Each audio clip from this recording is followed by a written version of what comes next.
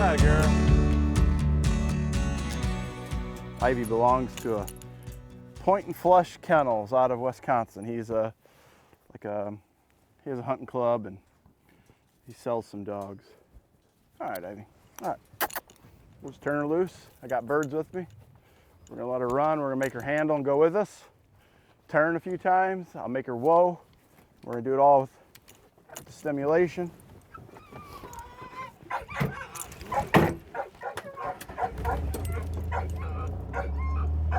And let her, when you jump to this, or even if you free run them and whoa them and let them do their own thing, they're a little bit happier. They flow around a little nicer. But right here, they might try you the hardest because there's no, they think you have no control of the situation. But you hope you've done it enough that when you do try it, she does what you want and you move forward. The more positive times you have makes the negative time where you have to make the correction not seem as bad and they get over it quicker if everything's been positive. Oh, atta girl. She's wanting to stop already. All right, girl. Plus we got all that bird scent up here, so we're not gonna whoa her in this area because of all that right there. All right, girl. When we whoa her, we want her to be more free flowing.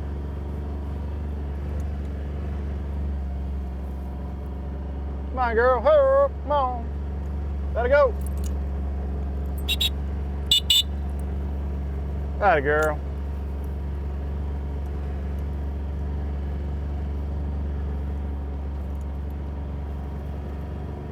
We'll get her up here in this opening a little bit where she starts free flowing, and then I'll whoa her.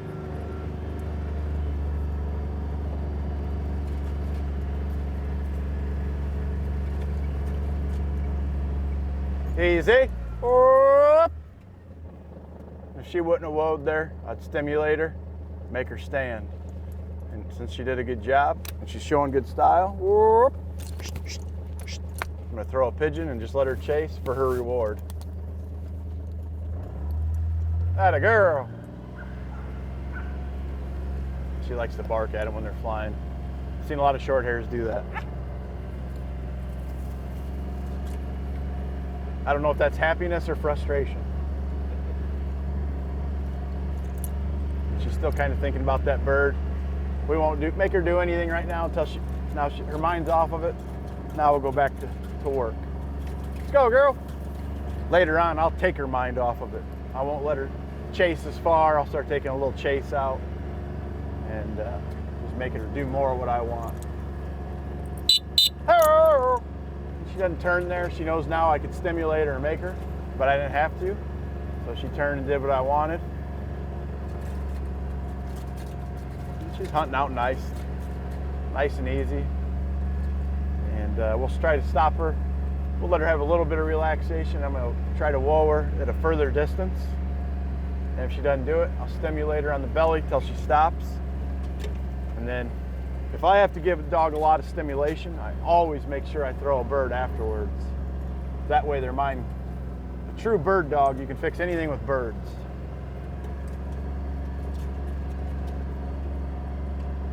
She's going straight, easy. So she stopped nice. If she didn't, I'd stimulate her.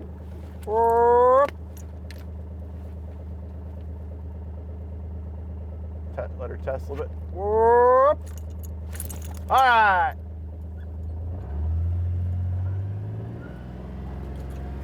So this would be like stage 5 if we were going ahead with spur and big.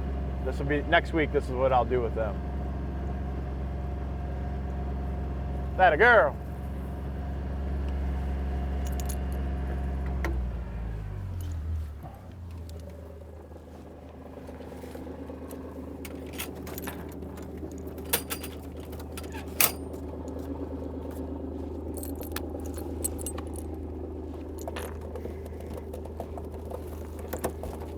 This right here would be like the next thing I would do, you know, after the WhoaBreaking. This would be the way I would put them back on their first bird, and if they did it right on one bird right away, I'd be done. Even if they did it wrong a little bit, and it ends well, I'd be done. And then just kind of build from there. So you definitely want to set them up where the wind's good. They can't see the bird. My cover's a little bit thin, so we're going to try to put it along here.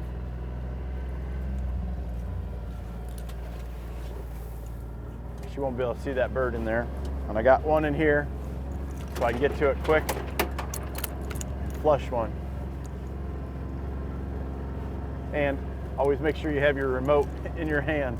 A lot of people get stuck, this isn't in their hand, mess up, they have no way to make that correction instantly.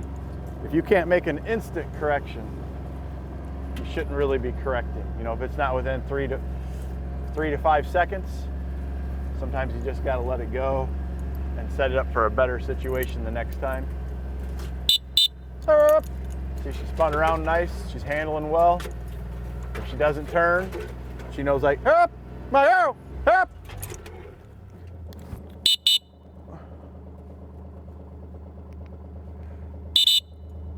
Let's go. If she doesn't turn, I can stimulate her with the collar and make her, up, this way, girl, let's go. Atta girl.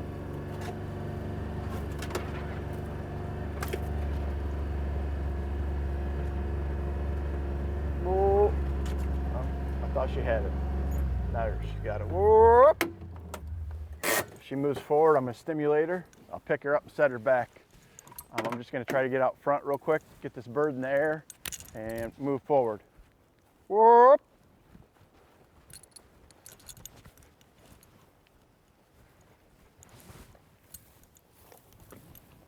I'm going to stimulate her till her feet touch the ground. Whoa! I'm going to use this cord to show you how I do it. She's wanting to move forward. So if I pull her forward, she thinks it's back to that whoa post. Whoop!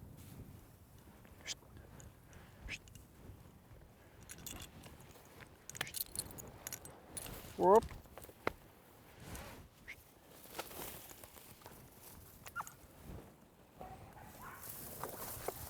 All right.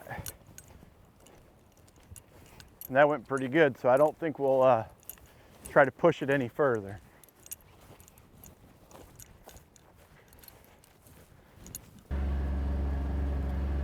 So that would be the way that I would introduce back to, after you have them whoa broke, stopping good, throwing pigeons. Hop! Get out of there!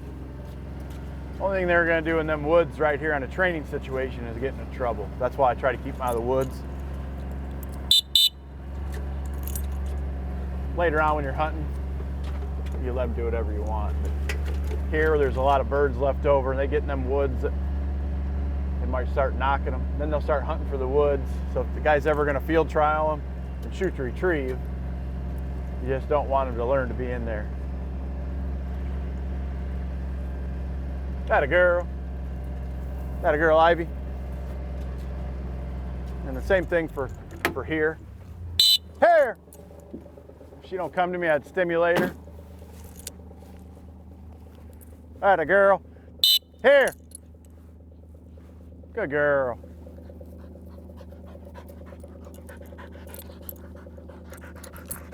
All right, like I say, I always release them. Give them a command to release.